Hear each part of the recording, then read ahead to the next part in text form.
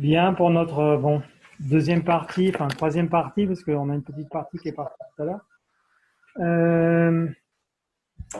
Alors, on a ici donc, je ne sais pas jusqu'à quel moment vous avez, je crois que tout à l'heure je vous ai expliqué, quand on parle de la donation, on parle en fait d'une démarche, non? La donation, c'est une démarche. Démarche. ¿Sí se acuerdan lo que es démarche? El trámite, ¿no? Ah, digo, oui. C'est une démarche légale, hein, qui est faite face à un notaire, hein, par laquelle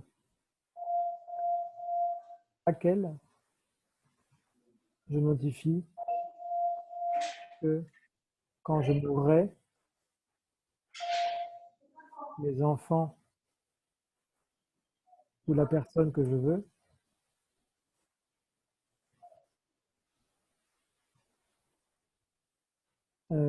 hériteront,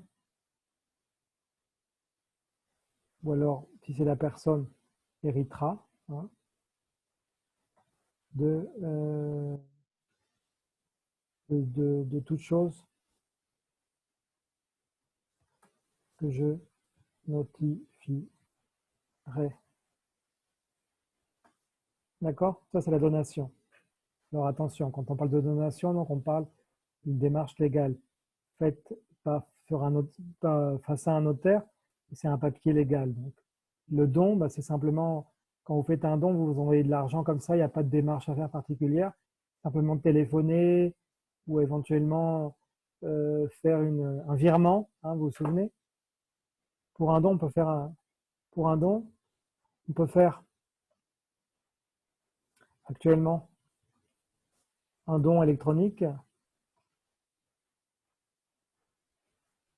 D'accord? On peut faire un don électronique directement depuis son mobile, directement depuis son téléphone,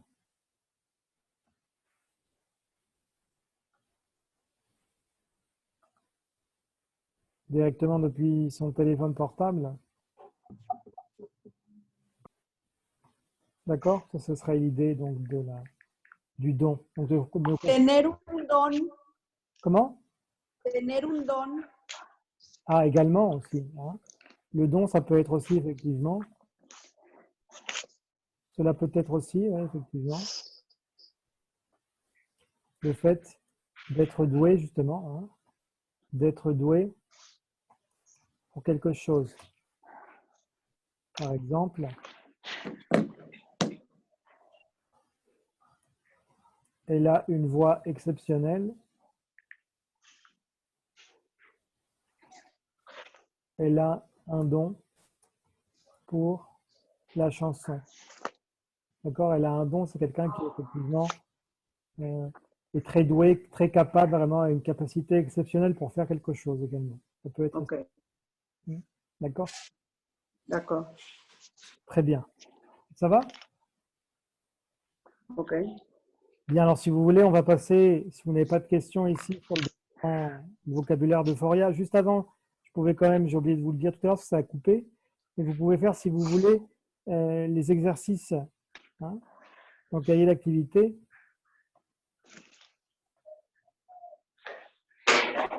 Les exercices de lexique, les exercices donc sur le lexique, qui sont les exercices donc 1, 2 et 3 de la page 84, donc du cahier d'activité, hein, sur le lexique. Donc sur le lexique, en fait, donc le lexique en rapport à l'engagement. D'accord? Ça va? Pas de problème? Pas de problème. Très bien. Alors on va passer, si vous voulez, maintenant à la partie grammaticale, à l'activité 9. Donc de la page 155.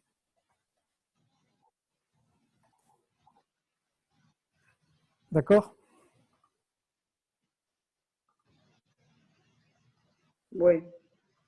Alors ici, on a trois phrases. Trois phrases. Alors la première, qui veut me lire ici les trois phrases? Je vous écoute. Tu dis comme hier, c'est plus facile comme ça. Ah, d'accord, je vais regarder la liste. Alors je vais dire, on va demander à Graciela.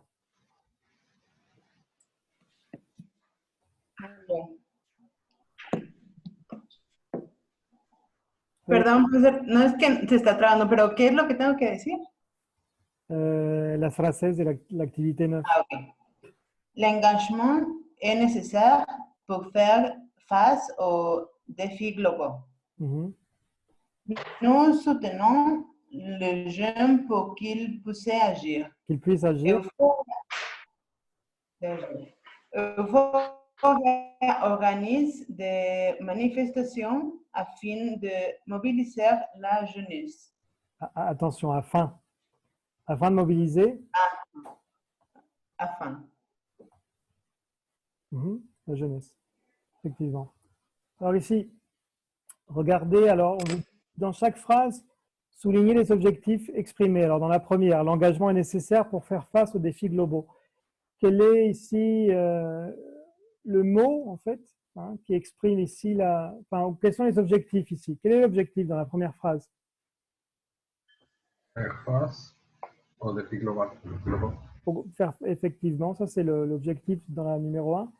Et comment cet objectif est-il introduit? Est-il présenté? Comment est-ce qu'on exprime?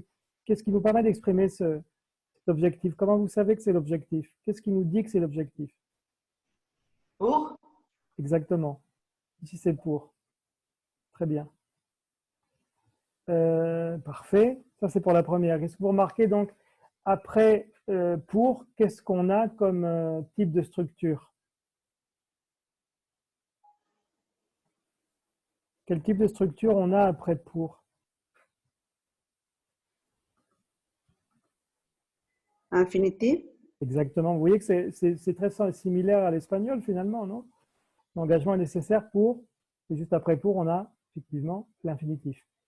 Maintenant, regardez la deuxième phrase ici. Quel est l'objectif d'abord?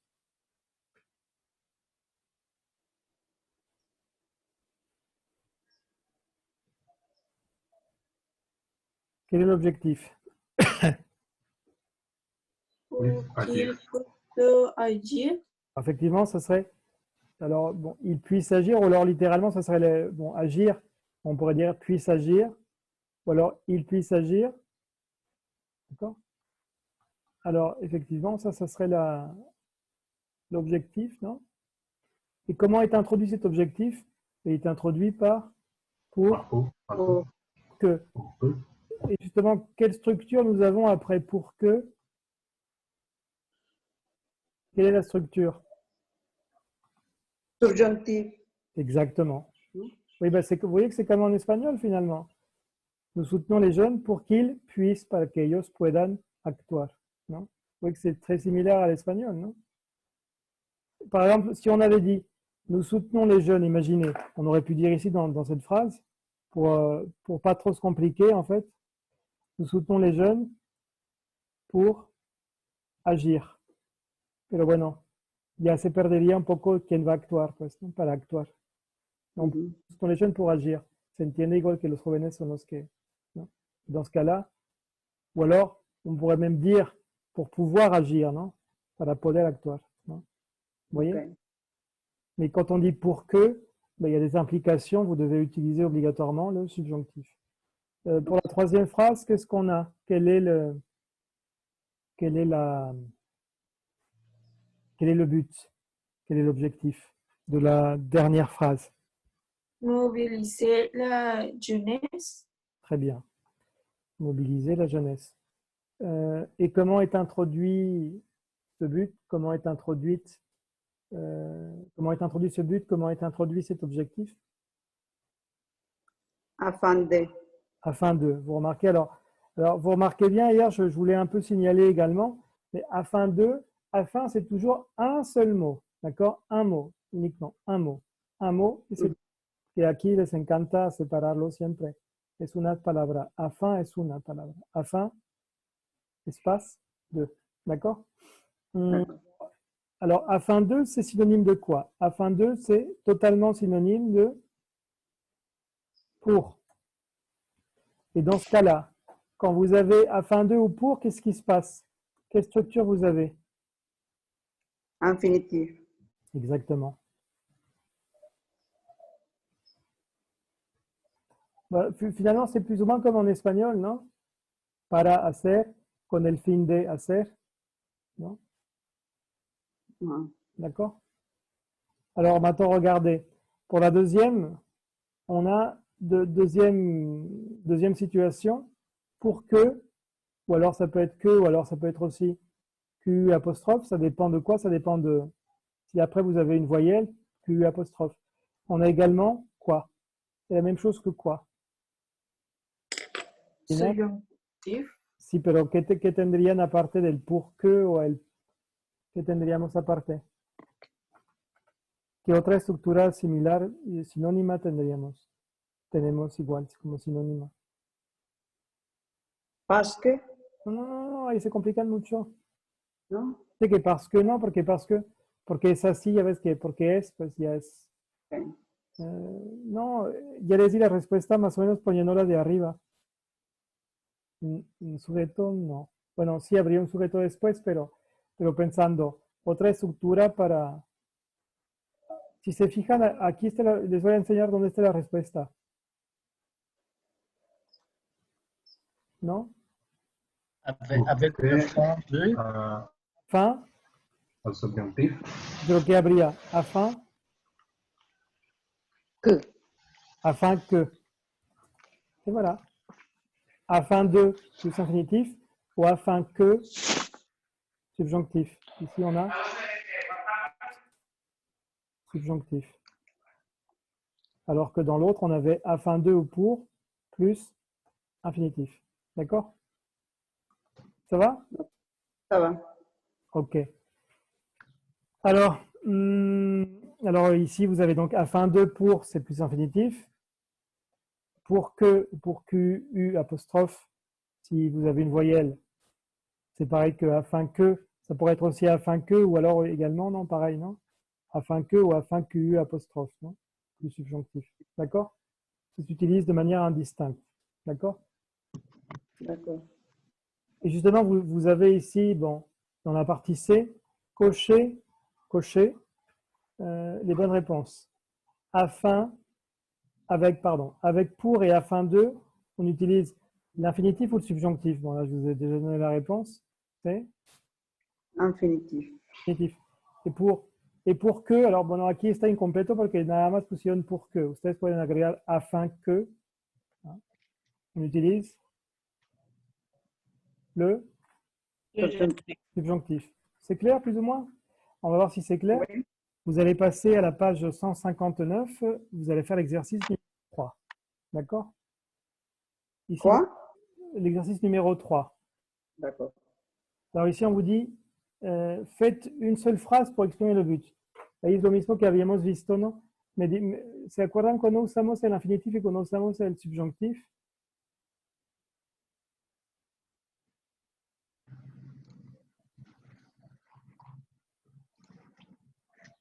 En general, si voy a usar el mismo sujeto, cuando voy a usar el infinitif. Cuando voy a usar dos sujetos diferentes es cuando voy a usar el subjonctif, igual que en espagnol. ¿No? Et alors faites l'exercice 3 de la page 159 et on corrige quand vous aurez fini.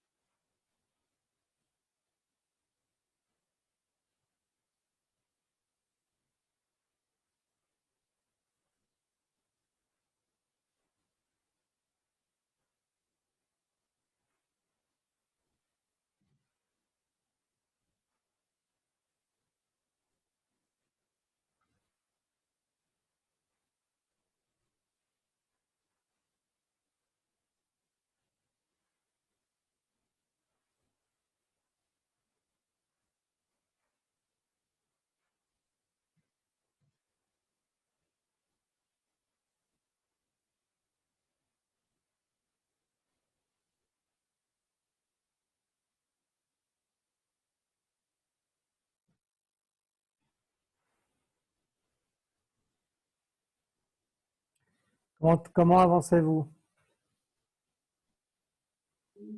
Presque fini. Ça va, c'est pas trop compliqué? Mm,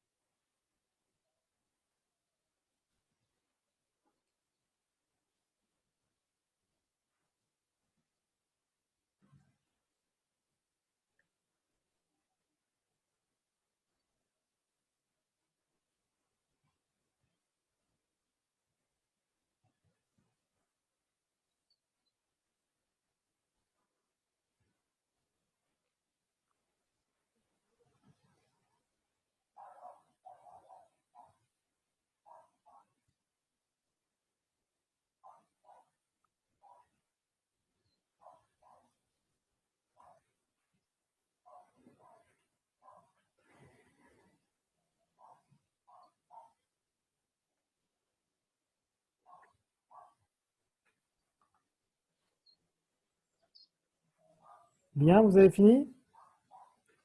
oui. On va corriger si vous voulez la première. Il me propose la première, on va demander, allez, je vais regarder dans la liste. On va demander à, allez, Carla. Ils se battent pour que la recherche Mhm, fasse de progrès. parfait. Il se bat très bien pour que la recherche fasse Fasse de progrès. progrès. Afin que c'est la même chose, oui. Hein? Ah oui, bah, Afin, tout à fait. Alors, vous pouvez là, c'est comme vous voulez, excepto si les pongo en el examen usen por que nada más, pero bueno, en la vida real, pues no, ok. oui, c'est l'un ou l'autre. Il se bat pour que la recherche fasse des progrès, ou alors il se bat afin que la recherche fasse des progrès. C'est bien, très bien, parfait. Vous voyez que en espagnol, ce serait pareil, ¿no? Él se está, como, está luchando, pues, para que la investigación haga progrese, pues, haga progresos, ¿no? Littéralement. Sí. D'accord?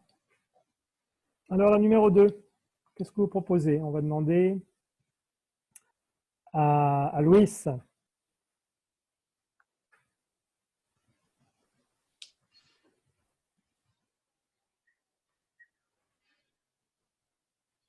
D'accord. Luis est en route. Ah, vas-y, dis-nous.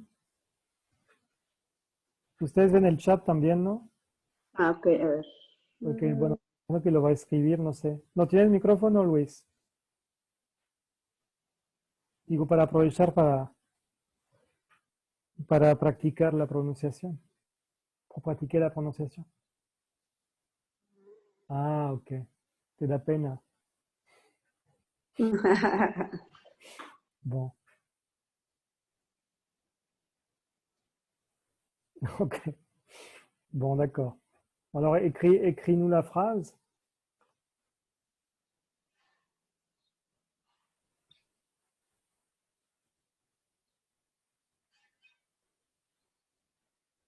D'accord, bah, écris le résultat. Écris les résultats.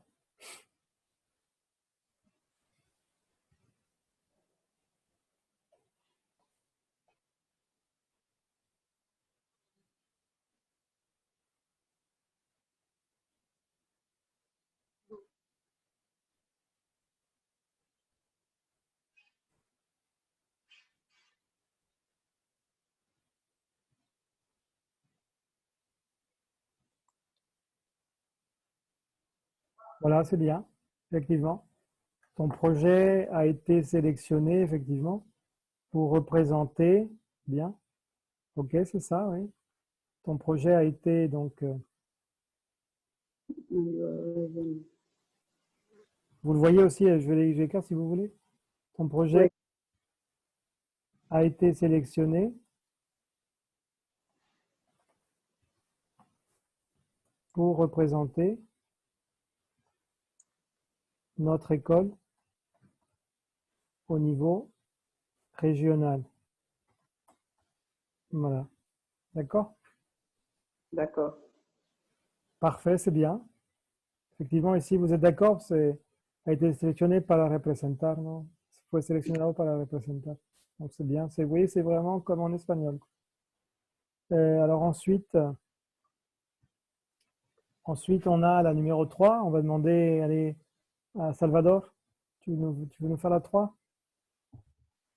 Oui, Vas-y. nous lançons un concours de dessin pour parler de l'illettrisme. Ah, Nous lançons un concours de dessin pour parler pour parler, oui, de l'illettrisme. c'est bien. Qu'est-ce que c'est l'illettrisme? L'illettrisme, c'est quand quelqu'un n'est pas capable de lire, enfin, quelqu'un qui voit un texte et qui ne sait pas lire. Alguien que no sabe. Analfabeto, ¿no? ¿Ah? Analfabeto. Hoy sería ¿cómo se llama? No la persona, sino la condición o el. Analfabetismo. Ujú. Ujú. L'illettrisme. Que ya ven que está como que no tiene el uso de las letras, no sabe leer. Pues. Bueno, en Francia existe muy poco eso, ¿no? De verdad. Incluso sería un caso extremísimo, ¿no? En México creo que a lo mejor hay un poquito más, ¿no? Mucho más. Et donc l'illettrisme, effectivement, donc pour parler de l'illettrisme, c'est bien. Mais c'était aussi. Bon, tout à l'heure, j'ai oublié de le préciser également. On pouvait utiliser ici pour, hein, pouvait également, de manière indistincte, utiliser afin de, d'accord? Pareil, pareil donc pour la 2, hein, c'était pour ou alors afin de, d'accord? Pour ou alors afin de, mais bien sûr, quand vous faites l'exercice ou quand vous allez écrire dans votre production écrite, dans l'examen de la prochaine unité, n'oubliez pas d'utiliser également toujours l'un ou l'autre. O sea, no usen las dos para que vea que saben usar las dos. Ok. O sea, igual eso es una forma de que si expresan varias metas, ya pueden variar. O sea, una vez usar pour, otra vez usar afin de, y así para que no siempre digan pour, o afin de, afin de, afin de. ¿No? D'accord? Bon, alors maintenant, il nous reste encore une phrase à traiter. C'est la phrase numéro 4. Et on va demander à Noé. Vas-y, Noé.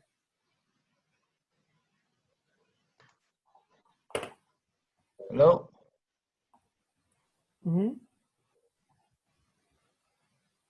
collectons. Hier, afin que les enfants ont de fournitures pour étudier. Afin que les enfants, quoi? No sé cómo se pronuncia, A-I-N-T. Pues ya ves que ENT es la terminación de la sexta persona. Sí, pero no se pronuncia. Y luego la A, Ajá. E, ¿Qué me queda?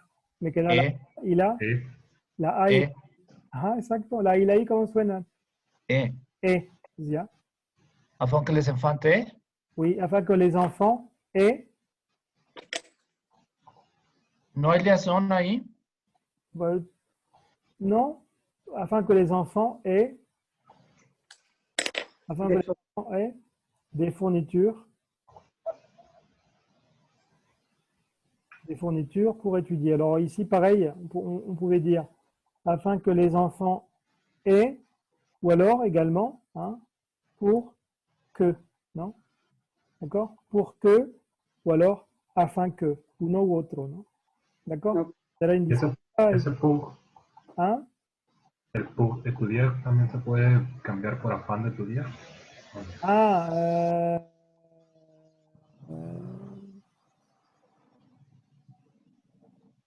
comment? No, Pues sí se puede, pero ya tiene otro sentido la frase. Cambiar todo eso por nada más por decir para estudiar. Sí. Ah, ok. Les étudiants. no, yo digo que Ah, ya en la... dice afin et de fourniture pour étudier. Sí, en la... Les enfants et de fourniture afin d'étudier. Sí, ¿por qué no? Sí. Ajá.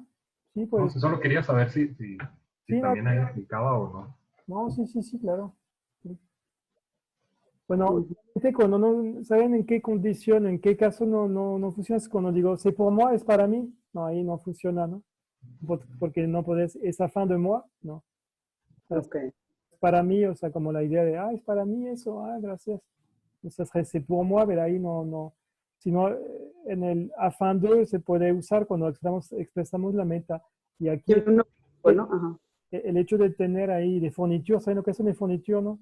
Son todos los, ¿cómo dicen aquí? Mobiliario. Pero no sería más, no ¿No? son todos los útiles escolares, ¿no? Ah, ok.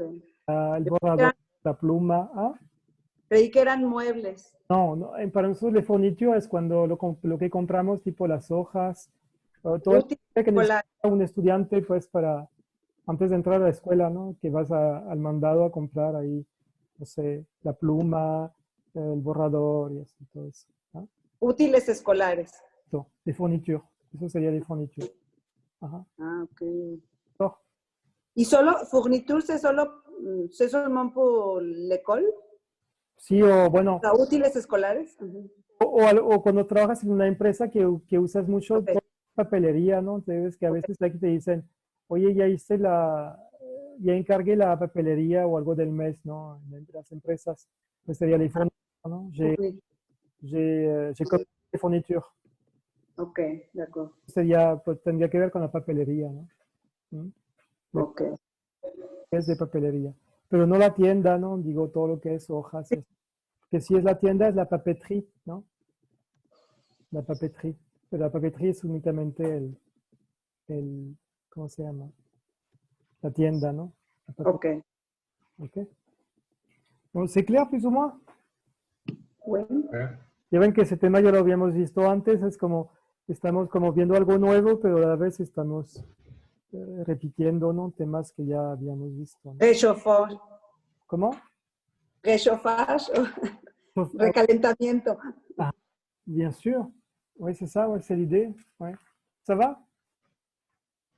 Ça va. Bon, alors, je vous dis, ces deux thèmes-là sont, bon, même l'hypothèse aussi, no está tan complicado, digo, porque ya manejan el passé composé, más o menos saben que es la raíz, condiciones, la raíz del futuro, más agregan la terminación del copretérito, o sea, de l'imparfait, así, ¿no? D'accord? Mm. Bien, alors, si vous voulez, on va reprendre le livre maintenant, cette fois-ci à la page 156. Mais avant, pardon, avant de vous dire ça, je vous ai mis ici, je crois, attendez, pour les exercices, vous voyez ici vous avez écrit tout à l'heure pendant que vous faisiez l'exercice, je vous ai mis quels sont les exercices qui sont en rapport avec cette idée justement du but. Hein. Donc il y a les exercices 11, 12 et 13 de la page 87. Donc pour pratiquer cette idée de but. D'accord? Ça va? Ça va. Ok, alors on va maintenant, si vous voulez, passer donc à l'exercice de la page, enfin à l'exercice, à l'activité, on va changer de thème, donc à la page 156. Alors ici, de quoi on parle? Quel est le titre de cette double page? Page 156 et 157, le titre qui apparaît en gris. Donner de son temps. Voilà, donner de son temps. Donner de son temps. Donner de son temps. Quel autre? Et on a le titre plus spécifique du texte de la page 156. Courir pour une cause. Cause, voilà, tout à fait. Courir pour une cause. D'accord? Courir pour une cause. Ça va? Ça va. Alors ici, on a un document. Alors, je ne sais pas si vous voulez regarder ici le document à la page 156. Tout d'abord, on a ici une photo. Hein, on a une photo ici. D'accord? D'accord. Alors, qu'est-ce que vous voyez sur cette photo? Qu'est-ce que vous voyez? Una des athlètes. Oui, alors il y a effectivement, il y a des athlètes. Oui. Ils sont des femmes. Ce sont des femmes. Ah, ok. Une célébrité, peut-être. Ah. À votre avis, qui est la célébrité sur la photo? Comment? Qui est la célébrité? Qui est la star sur la photo? Une marathoniste. Mais à votre avis, qui est la star ici?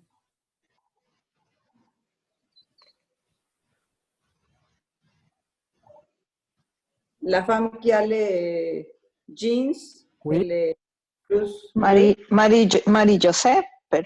Oui, c'est ça. Alors, c'est la femme qui est habillée, on pourrait dire, pour utiliser les adverbes autrement, ou alors vous pouvez dire aussi différemment des autres, effectivement, c'est Marie-Josée Pérec. Je ne sais pas si vous vous souvenez de Marie-Josée Pérec. Non. Marie-Josée Pérec a été une très grande athlète au niveau mondial. Non, elle a gagné la médaille, plusieurs fois les médailles d'or olympiques. Elle a été championne du monde. C'était vraiment une très grande athlète française. ¿No? Ah, d'accord. Pero terminó mal su carrera, no creo que fue cuando fue en el 2000, no, en los Juegos Olímpicos del 96, me acuerdo, yo era adolescente y abandonó estaba tan estresada porque sabía que tenía mucha competencia, se estresó mucho y ya no quiso competir o sea, había llegado a la final y no quiso competir y se fue así sin avisarle a todo el equipo de Francia, se fue y se regresó a Francia y, o sea, huyó, pues. Entonces el día de hoy estaba donde ella iba a correr, pues no había nadie, pues. Y fue así como a nivel mundial que que tenía la medalla, pues la titular de la medalla de las Olimpiadas anteriores, que no quiso. Fue un drama, me acuerdo.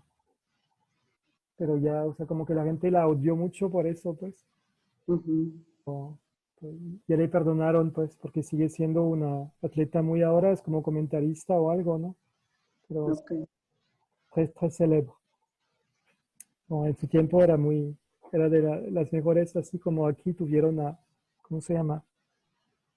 La que es Ana Gabriela Guevara. Guevara, así más o menos así, ¿no? El mismo estilo que ganaba muchas medallas también. D'accord? Bon, alors, si vous voulez, on va commencer à lire donc, le document. Qui veut commencer à lire rapidement? Parce qu'il nous reste 3 minutes, je crois. On va essayer de le lire rapidement. Qui veut le lire ici?